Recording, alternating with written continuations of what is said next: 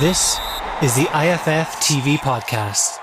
Hello and welcome to Irish Football Fan TV. I am delighted to be joined by Aram from Football Kentron to get the lowdown on Armenia ahead of Armenia versus Republic of Ireland in the UEFA Nations League, of course, this Saturday at 2 p.m. Irish time. I'm not sure what time it is for you, Aram, because you're joining us from LA. We had an 8-hour time difference. It's like midnight or past midnight now for you. It's 8 a.m. for us here. How are you this morning? I'm fantastic. I'm exhausted, but I'm ready to talk about Armenia as always. Yeah, well, fair play, because I know we've kind of been back and forth the last couple of days and trying to organise it and stuff like that, and this is literally the only time that kind of fixed for both of us, and I know you're probably just dying to go to sleep, but we'll get you to chat a bit about Armenia, and hopefully this excitement won't keep you up for the rest of the night. But generally speaking, on these opposition previews, we just get a lowdown really of kind of what to expect from Armenia, and you know, who we should be fearful of, and who's the real threats from an Armenian point of view. But I suppose just kind of from our point of view, whenever like we look at Armenia as a team that pose a threat, although you would say that Ireland should on paper win this game, it's never an easy game. It's never an easy place to go to. That's what a lot of Irish people would be looking at. But from your point of view, kind of what are you expecting, and yeah, kind of what way do you think you guys will set up? It's a tough one. I think considering, every team that is in Nations League B is there for a reason, one way or another, whether that is, going through promotion as we have to get to where we are. And there is a merit behind Armenia getting to this point, despite our recent results, which haven't been that good. But before that, we had a wonderful streak, a great Nations League promotion campaign in 2020 that saw us edge out Macedonia in a group with Georgia and Estonia, which was great. And but fast forwarding to now, during the Nations League, we're coming off the back of a little bad slump, I would say, very poor actually, bad slump. But that's due to a number of reasons and a number of things that I can definitely get a lot deeper into. But what we're looking to do is get back on track, and what better way to do that than to play against who we feel like is a rival, but maybe that's just not really reciprocated. I don't really think we kind of look upon you as a rival. Like, there's one game that kind of stands out to me, like the 1-0 game when Keith Fahey scored. The one, I think it was the last game of qualifiers in 2011. It was in Dublin, and it was the game that our goalkeeper Berezovsky got sent off for a handball that wasn't a handball. And that's the thing that haunts a lot of Armenian national team. So you just kind of hang on that and look upon us as like the evil people because of that, like, because it wouldn't be something that kind of generally runs through Irish people's minds, like, you know what I mean? But we obviously have our own issues with handball and Thierry Henry, the exactly infamous, so I can kind of understand. I think I read an article today that was sent to me by, I think it was L'Equipe, back in 2011, and it was an article about how the decision against Armenia was direct revenge for that Thierry Henry handball decision. And this was published right after that game was done. So it was a very interesting article and a perspective that I think many Armenians agree with. But nevertheless, this is a very, very different Armenian team. Although that was one that we think was our most successful, arguably, national team and the closest we've ever gone to a tournament. But this set of players, they have had their own set of achievements, such as that promotion in the Nations League. So, and we do have a world-class manager in Joaquin Caparros, who was the former manager and sporting director of Sevilla, Athletic Bilbao, Levante, and he brought in a world-class coaching staff with him. Our fitness coach and our physio are from Real Madrid. Our assistant coach has been with Joaquin Caparros, throughout his entire tenure in his career. So we're being led by the most experienced group of coaches that we have ever been led by. Armenia's always a tricky game for her. And even the one where Keith Fahey scored the 1-0, that was been way back. I think that was away from home as well. And you look at those games and they've always been tricky. They've always been tight and they've always been decided by like the odd goal. we kind of look at Armenia as a team that could upset us, like as in they could potentially get the win, because it seems as though, I know you said he's came close at that point, but it seems as though year on year Armenian football is improving, and you know you've players like Mkhitaryan who's came through, and became one of the best players in Europe, especially when he was at Dortmund. Like, I think a lot of people looked at him when he went to Man United. Didn't really work out probably as much as he'd planned. But I think when you're looking at Armenia, they always pose a danger and a threat, and I think that's something now. Stephen Kenny, I'm sure, is looking at that going, okay, do I play my strongest team against this Armenian team? Because arguably Armenia are the weakest team in this group, compared to Ukraine and Scotland. And obviously there's 4 games in 10 days there for Ireland. I'm not sure. Are you playing 4 games as well? We're playing 4 games, and I sure hope Scotland are playing 6. Yeah. So, you kind of look at it that in that sense, and you're kind of going, well, he'll need probably to treat it kind of like a tournament. So do they play their best 11 starting off, or do you kind of work that way in, and do you bring players like Seamus Coleman in at the start, and then do you leave him out for like Ukraine? So it's kind of an interesting way to look at it. That's what kind of you said there. There's obviously deeper problems in Armenia, and we know there was stuff there with Azerbaijan. I don't really understand the politics of it all, so you might kind of go into that so people have a general idea. Sure. I think doubling back to what you first said, I think Armenian football has grown exponentially over the past few years. We had our first ever club team, Alashkert, qualify for European competition. They qualified for the UEFA Europa Conference League. We had a couple of teams that were actually very close, mainly Adana Armenia, who was a fairly new team that got to the Europa League playoffs twice, back to back, ended up losing on penalties in the first time around, and ended up losing 2-1 to Red Star Belgrade in the second one. So it was very, very hard done, because they could have and should have easily been the first Armenian team to make it to European competition had the Conference League been around at that time.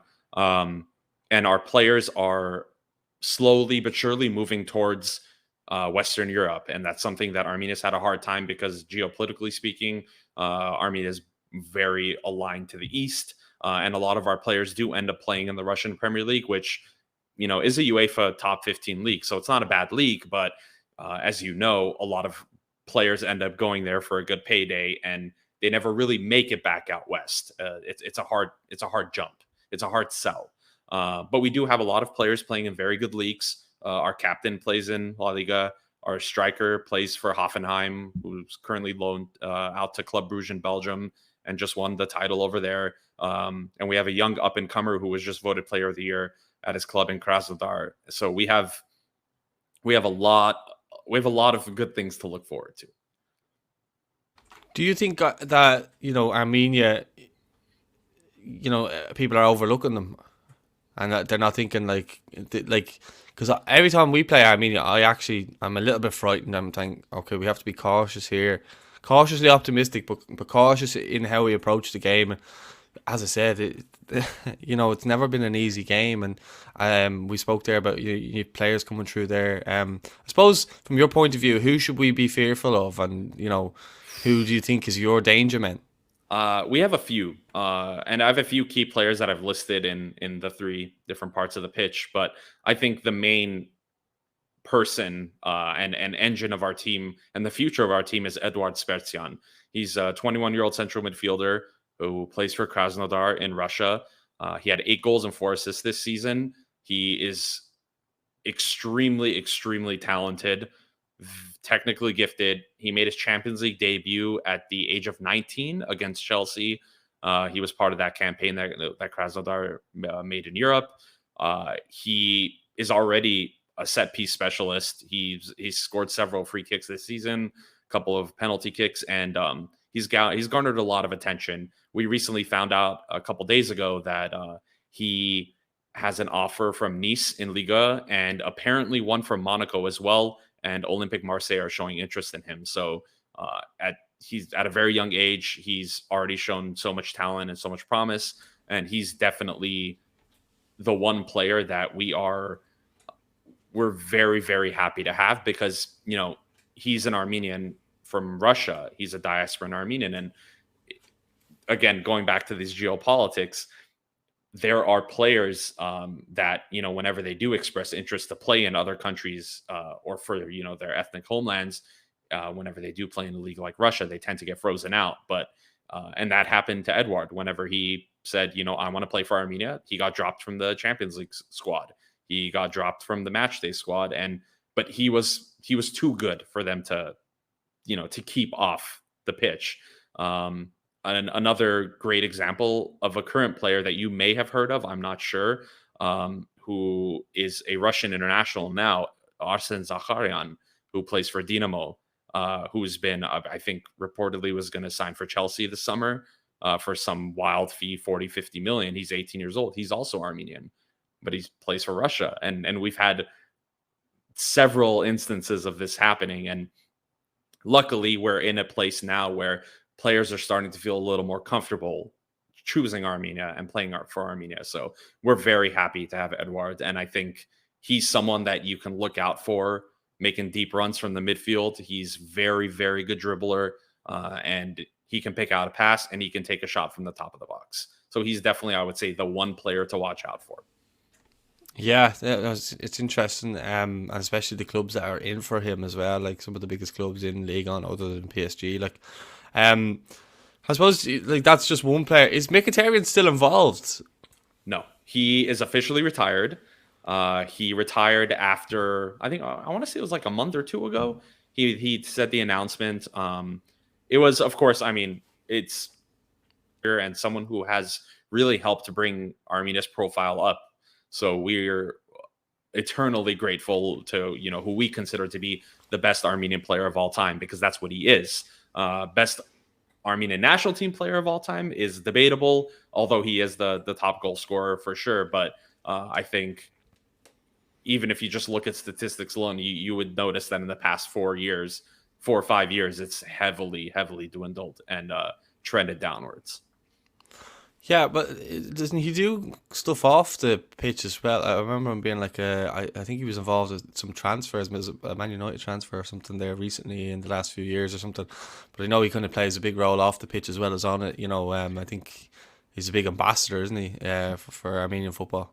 Absolutely. I think there was a story that came out recently. Our fullback, Girard Margaryan, who played in Armenia for Ararat Yerevan, was being scouted by a couple of Ukrainian sides. And of course, this was pre-war. This was during the winter transfer window. And one of his former teammates from Shakhtar Donetsk gave him a call and said, "Hey, we're looking at this guy, Margaryan.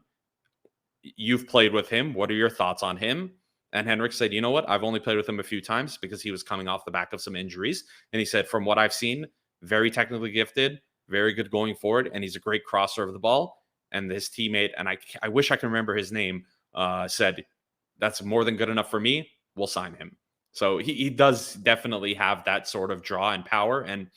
And speaking, of that, he actually had a conversation with Arsen Zakharyan before he decided to represent Russia officially. And, Arsen said he had a very long phone call with Henrik, and I think that was Armenia's last-ditch effort to get him to represent us instead. But of course, Arsen made his decision. So sometimes it works, sometimes it doesn't. That's star power. Yeah, well, we have had our own problems with nations taking players on us, so we kind of know how you're coming or where you're coming from with that. I suppose then the striker you mentioned from Hoffenheim. Hoffenheim are historically a good club in the Bundesliga, and they've produced good players. You look at Roberto Firmino was playing there not too long ago. He's obviously doing good things at Liverpool these days. So, has this striker got the ability of a Firmino, or is he just a really good player anyway? He's a very good player. He's not, I wouldn't say he's world class like Firmino, but he is a very good player, and he's honestly just as hard of a worker as Firmino is. His name is Sergey Sadamiyan. He is a diasporan Armenian who was born in Armenia but moved to Germany at a very young age. He is the perfect example of a player that goes through the entire footballing system. He played in all the lower leagues, worked his way up to Bundesliga 2, had a hell of a season, and ended up signing for Hoffenheim. while his manager at the time, Alfred Schroeder, who had signed him, was there. He was playing week in, week out, and he was doing great. But once Schroeder had left and actually went to Club Bruges, we saw Sakho's time on the pitch kind of lessen and lessen. And it got to a point in the winter where he said, you know what, I wasn't playing as much as I would want to. And Alfred Schroeder rang him up and said, hey, I need one more forward at Club Bruges. I know how good you are. We want to win the title. Let's make it to Champions League. And, he made that decision. He went, he scored 8 goals in the second half of the season. He's a workhorse of a player. He doesn't score all the time for Armenia. I think he only has 1 goal for Armenia, but he was instrumental in our Nations League campaign. He occupies spaces really well. He's very good at pulling defenders. And he scored that goal against Georgia that, arguably was the main reason why we're in League B in the first place. So he's not a household name. He's not a star player, but he does have a lot of European experience. He is a European caliber player. He's played in the Europa League. He's scored in the Europa League, and he can do it in the Nations League for sure. Yeah, well, it's interesting to hear you say that. And then you've said 2. You said you had 3 players. So who's the last one then that we should be? Oh, I have 3. I have 2 players in each part of the pitch. The last one, it's a toss up. I mean, there's one player, Tigran Barseghian, who a lot of analysts look to because during our undefeated run of 11 games, where we had that first 3 wins in the World Cup qualifiers against Liechtenstein, and then we were against Iceland and Romania, and then we drew to Macedonia, and then of course ultimately lost to Germany, and it kind of went off a cliff over there. But he's a player that when you look at the statistics, he was the one that stepped up. In Henrik Mkhitaryan's absence, he scored the goals, and he is a great player. He's dominant with his left foot. He has the power. He has the pace.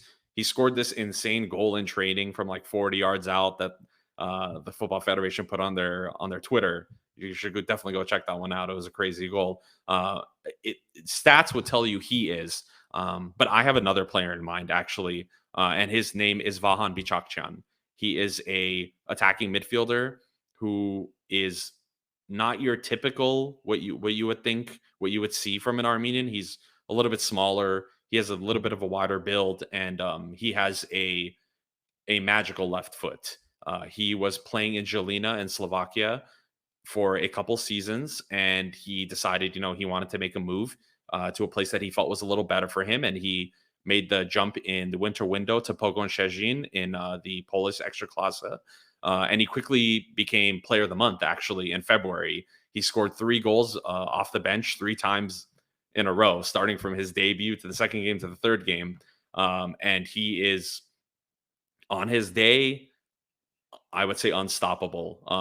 And we have a lot of these players that seem to be, meshing together and coming together at this time where we have a lot of good shooters and a lot of good finishers, being Adamian, Barseghian, Bichakchian, Sparcian. And that's not something we really had before.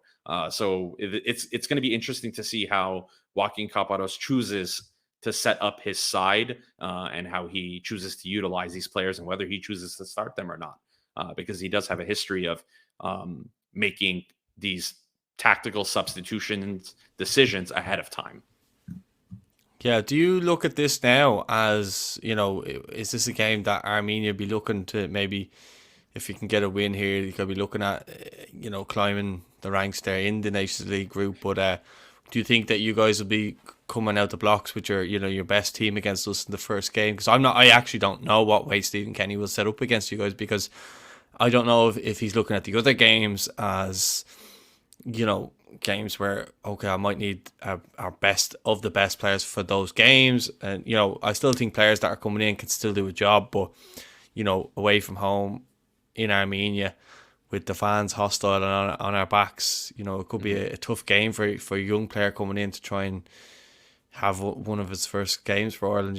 I look at Festi Abazelli or some of these players who have had a good season at Derby County, but I don't know if I'd throw him in there, or Michael Obafemi. I'm not sure I'd throw them in there for this particular fixture. It's so from the Armenian perspective, we're looking at our goal, our target to us, a good Nations League campaign is staying up. It's to avoid relegation. So for us, third place is ideal, and if we want to get third place, realistically, we need to do the double at minimum 4 points against Ireland and nick a draw against Scotland and hopefully nick a draw against Ukraine. And that's probably the only way we're going to stay up. So for us, this is a game that I do see Kaparos putting in, maybe not necessarily our best 11, but the combination of players that do end up on the pitch will probably be our best that we have available at this moment in time. Because we do have a couple of injured players that we are missing that weren't able to travel. But, the team that is being put out there has a lot of experience. We're talking young players that have already played in Europe to seasoned professionals that, have had their time in Europe. I think I counted something along the lines of like one, two, three, about 5 players played in Europe this season in the Conference League. And in total, I think we had about 9 players that are currently in this squad that have European experience. So we're coming with a fairly experienced set of players. And we're looking, I think, to do a professional job. Yeah, we have experienced players there as well. It's just I was just looking at some of the younger players. Stephen Kenny's brought through so many young players. So some of them now are kind of experienced. But I for the first time in a long time, I agree with the whole squad that we've chosen. Like the whole squad, you can kind of go, okay, that all those positions, all those players make sense for where they are. And players like Obafemi, who people have been calling for since March, he has always had a bad injury record and hadn't played a consecutive number of games over a period. So now he's done that, and now he's in there with Stephen Kenny. Same with Ebezelli, who just got to move to Udinese in Serie A, which is it's not heard of that often with Irish players, going there and looking to be maybe in the first team. So it's exciting times from that perspective, but we have to kind of see. I think from our point of view, we're going to be cautiously optimistic. We're going to be looking at it as a game that we're targeting to win. But usually what I finish off with is a score prediction before I let you go. So what are you thinking? Your head over your heart? This is going to be a tough one. I think I could see us edging it 2-1 with probably a late goal.